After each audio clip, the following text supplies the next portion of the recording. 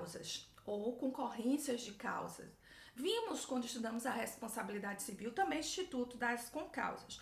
No direito penal, é semelhante à questão das concausas, mas elas têm peculiaridades específicas aplicáveis ao direito penal. Vimos lá, quando estudamos responsabilidade civil, que tínhamos as concausas acumulativas, que precisa da reunião, né, das duas causas, dos diversos fatores para que hajam a ocorrência do crime. Vimos que existem causas conjuntas que são praticadas, são causas dependentes, né, que são praticadas por diferentes pessoas, mas é uma única causa que leva à ocorrência do fato ilícito. Vimos também as concausas alternativas. Aqui no direito penal, vamos recordar o que seriam essas concausas antes de estabelecer quais são os tipos de concausas previstas no direito penal.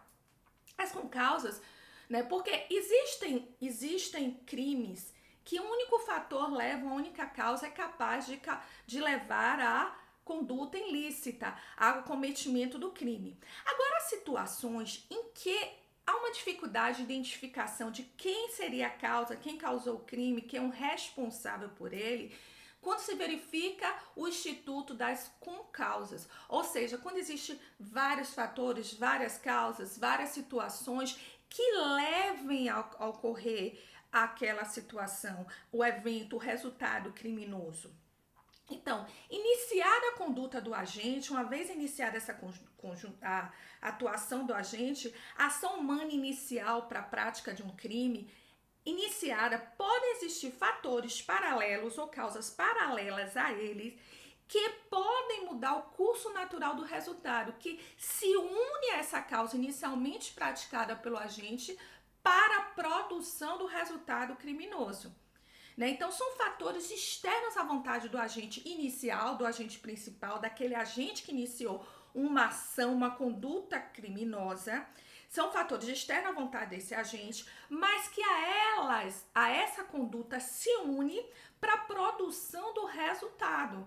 Então, ela é capaz de modificar, de ampliar o resultado inicialmente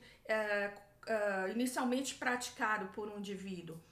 Então, o que a gente chama de concausas, né? São causas concorrentes, né? São paralelas àquela ação inicialmente praticada e que vão influenciar no resultado criminoso. O direito penal estabelece que existem as concausas absolutamente independentes e as concausas relativamente independentes. As concausas absolutamente independentes são condutas totalmente independentes que não se ligam, que não se unem, são paralelas, são concorrentes, são paralelas, elas não se unem para a prática do resultado criminoso. Por quê? Se elas isoladamente consideradas por si só, cada uma delas pode levar ao resultado danoso, certo? Imagine que, na verdade, essa concausa, essa nova causa que surge, esse novo fator, que pode ser uma ação humana ou um fator da natureza, ele é independente da conduta inicialmente praticada pelo agente, elas são independentes, absolutamente independentes, e cada uma delas isoladamente pode levar o resultado. Então, na verdade, se diz que essa nova causa, ou essa concausa, é um novo nexo de causalidade. Nós teremos dois nexos de causalidade, na verdade, quando se fala da concausa absolutamente independentes. Então, cada uma isoladamente pode levar ao resultado danoso. Vamos analisar. Elas podem ser, essas concausas absolutamente independentes. Podem ser pré-existentes, concomitantes ou supervenientes. Quando ela é pré-existente, vamos dar um exemplo. Mévio, ele dá uma dose de veneno a Tício, sem Tício saber. Então, dá uma dose excessiva, né? Coloca na comida de Tício, né? Mévio coloca na comida de Tício uma quantidade absurda de veneno, sem que a vítima perceba.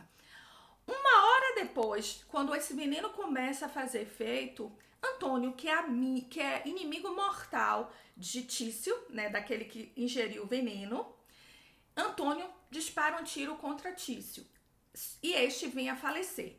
Na análise, na necrópsia, no levantamento cadavérico, na análise, quando é feita a perícia, verifica-se que a causa-morte não foi o tiro, não foi o disparo de arma, mas que ele havia sido envenenado. Então, a gente tem condutas absolutamente independentes, porque cada uma delas, isoladamente consideradas, poderiam causar a morte de Tício, o envenenamento por Mestre ou o tiro por Antônio poderiam levar à morte. Mas a causa-morte efetiva foi o envenenamento. As duas condutas são consideradas para o resultado criminoso, para o homicídio. Só que Mécio, que aplicou o veneno, que foi a causa-mortes, responde por homicídio doloso. E Antônio, que levou, atirou, vai responder por tentativa de homicídio. Então, isso é uma concausa absolutamente independente, mas de causa pré-existente. Já havia uma causa antes que levou ao efeito morte. Concomitante. O mesmo caso lá. Mévio, ao mesmo tempo que Mévio aplica veneno, coloca veneno na comida, né, de Tício, Antônio dispara um tiro contra Tício. A causa-mortes foi o disparo de arma. Há duas causas independentes? Sim, o envenenamento quanto o tiro pode levar à morte, mas a causa-mortes foi o disparo de armas praticado por Antônio. Foram concomitantes que foram ao mesmo tempo. Gente, voltando aqui, são exemplos hipotéticos, são situações hipotéticas para você compreender melhor o assunto. Então, Antônio responde por homicídio doloso, porque a causa-morte foi o tiro que ele deu em Mécio, em Tício, perdão, e Mécio vai responder pelo homicídio por tentativa de homicídio, porque não foi envenenamento a causa-morte. E nessa situação, sigamos para o caso da superveniente, que são fatores posteriores à prática da ação, dessas condutas independentes, mas que levam aconteceu depois. O mesmo exemplo, Tício aplica veneno, coloca veneno na comida de Mécio, e Mécio depois vai para o hospital e acaba morrendo por erro médico, tá? Nesse caso, no hospital, ele morre por erro médico, mas o envenenamento poderia levar a causa-morte, não poderia? Só que o caso foi o erro médico. Então, nesse caso, existe uma causa superveniente que foi capaz de causar a morte desse indivíduo. Aí, nesse caso, o médico vai responder por homicídio culposo, né? Porque ele atuou com negligência ou imperícia ou imprudência.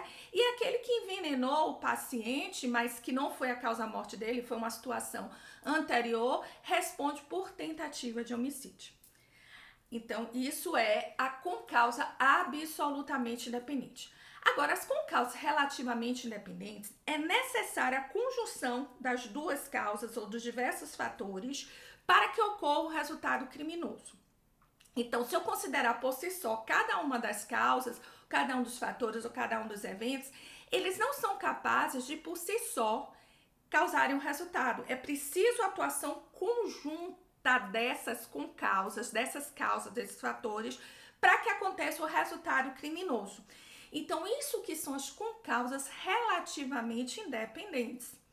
Então, diferente do absolutamente, né? Lembra que absolutamente independente, cada uma por si só leva ao resultado?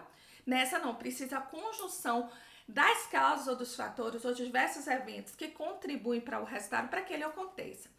Nesse tipo de concausa relativamente independente, costuma-se usar um processo hipotético de eliminação.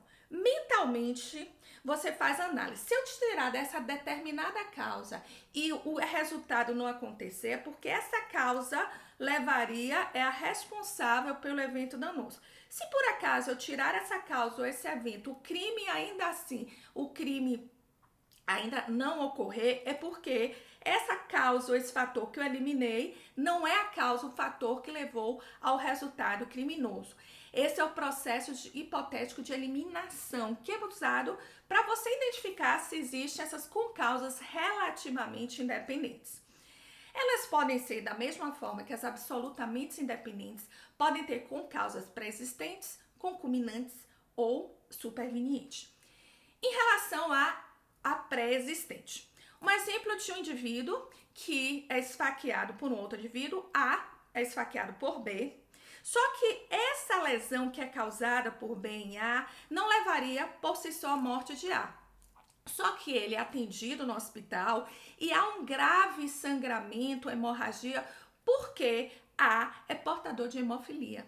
Em função desse esfaqueamento e a existência da hemofilia, esses fatores unidos levaram ao resultado danoso. Porque se eu eliminar mentalmente a facada que ele levou de B, que A levou de B, eu tiro mentalmente. Se eu tirar essa facada, eu pensei mentalmente, eliminei essa causa. Se isso eu eliminei, o resultado, ainda assim, o resultado não aconteceu, é porque a causa é relativamente independente.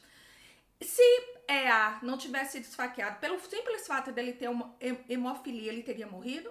Não. Foi necessário ele ser esfaqueado para que viesse a morte. Então, esses dois elementos conjugados levaram ao resultado criminoso.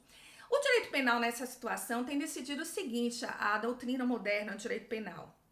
Se B sabia que A era portador de hemofilia, ele vai responder por homicídio. Se ele não sabia, ele responde pela tentativa de homicídio. Isso é o entendimento doutrinário moderno, mais atualizado para essa questão da concausa relativamente independente pré-existente.